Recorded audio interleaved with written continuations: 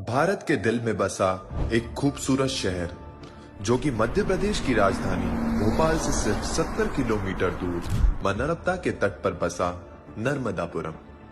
सतपुड़ा और विंध्याचल की हरी भरी श्रृंखला के बीच कल कल बहती है मां नर्मदा। यहाँ का प्रमुख मां नर्मदा के तट पर बसा 150 वर्ष पुराना सेठानी घाट अपनी प्राकृतिक सुंदरता के लिए विश्व प्रसिद्ध है। यहाँ शाम की आरती मन को बहुत सुकून और शांति प्रदान करती है। नर्मदा जयंती का मध्य प्रदेश का सबसे भव्य एवं मुख्य कार्यक्रम इसी घाट पर संपन्न किया जाता है। यहाँ से कुछ कदम दूर उज्जैन मां कालेश्वर की तर्ज पर बना श्री काले महादेव मंदिर भगवान शिव के नित्य श्रृंगार, भस्म आरती एवं शाही सवारी के लिए काफी प्रसिद्ध है। यहाँ का सबसे प्राचीन लगभग 750 साल पुराना जगदीश मंदिर में भगवान जगन्नाथ की प्रतिमाओं को जगन्नाथपुरी से महंत रामकिशोर दास महाराज जी लाए थे।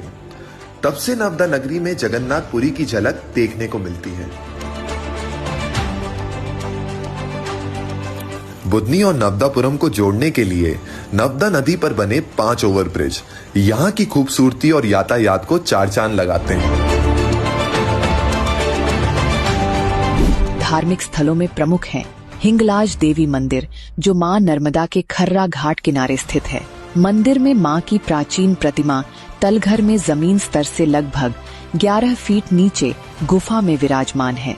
होशंगाबाद आदमगढ़ स्थित पहाड़िया पर मानव जाति के समूह में रहने के प्रमाण मिले हैं।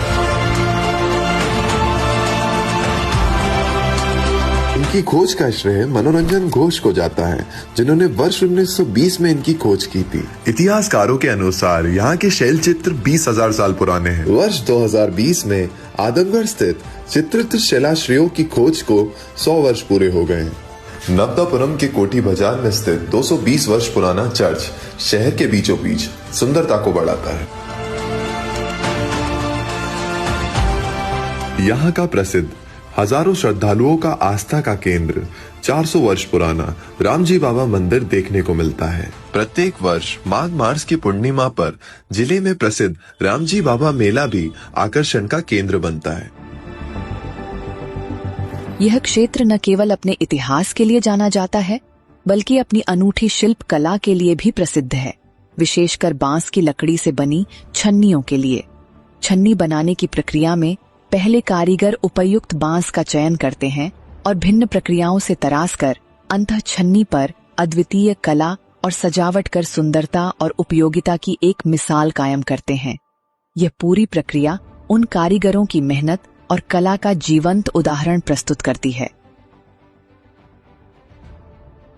इस क्षेत्र के गांवों में पारंपरिक शिक्षा के रूप में गुरुकुल प्रणाली अब भी कायम है, जहां विद्यार्थियों को प्राचीन भारतीय परंपराओं और शास्त्रों की शिक्षा दी जाती है।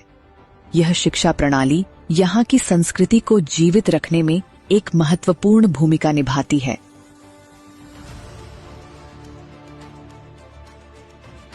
इस भूमि में पारंपरिक आजीविका के रूप में कृषि और पशुपालन किया जाता है। यहाँ के लोग धान, गेहूं और अन्य फसलों की खेती करते हैं। स्थानीय कृषि और पारंपरिक व्यंजनों का अद्भुत मेल है। यहाँ के व्यंजन होशंगाबाद में मुख्य तौर पर रोटी सब्जी खाने का चलन है, जिसमें आलू की सब्जी बड़े चाव से खाई जाती है, जो यहाँ के एक सरल लेकिन स्वादिष्ट खानपान को दर्शाता है।